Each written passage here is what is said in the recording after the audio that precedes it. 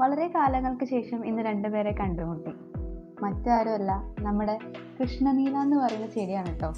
ഒരു കാലത്ത് നമ്മുടെ വേലിപ്പടർപ്പുകളിലൊക്കെ ഒട്ടനവധി കാണുന്ന ഒരു ചെടിയായിരുന്നു ഈ ചെടി. എന്നാൽ ഇപ്പം ഇത് വളരെ ദുർലഭമായിട്ടാണ് കാണാൻ പറ്റുന്നത്. ഇന്ന് ഭയങ്കര ആകർഷകമായിട്ട് 2 വെറൈറ്റിയാണ് എനിക്ക് കാണാൻ കഴിയുന്നത്. നമ്മുടെ കുട്ടിക്കാലത്തൊക്കെ കണ്ടു വളർന്ന പല ചെടികളും ഇപ്പം കാണാനില്ല എന്നുള്ളതാണ് വാസ്തവം. അതുപോലെ പണ്ട് നമ്മൾ വെറും പാഴ്ചെടികളാണെന്ന് വിചാരിച്ച പല ചെടികളും ഇപ്പോൾ ഗാർഡൻ വെറൈറ്റീസ് ആയിട്ട് മാറിക്കൊണ്ടിരിക്കുകയാണ്. എല്ലാവരും അത് വെച്ച് പിടിപ്പിക്കുകയും പരിപാലിക്കുകയും ചെയ്യുന്നുണ്ട്. തുംബെർഗിയ ഇറക്റ്റ എന്നാണ് ഇതിൻ്റെ ശാസ്ത്രീയ നാമം.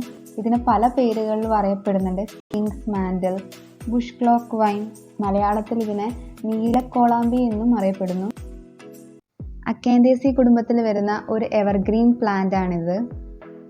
ഒരുപാട് ഔഷധ ഗുണങ്ങളുള്ള ഈ സസ്യം ബംഗ്ലാദേശിൽ നിൽഗുട്ട എന്ന പേരിലാണ് അറിയപ്പെടുന്നത്. ഈ ചെടിക്ക് പ്രധാനമായും സെഡക്റ്റീവ് യൂസസ് ആണുള്ളത്.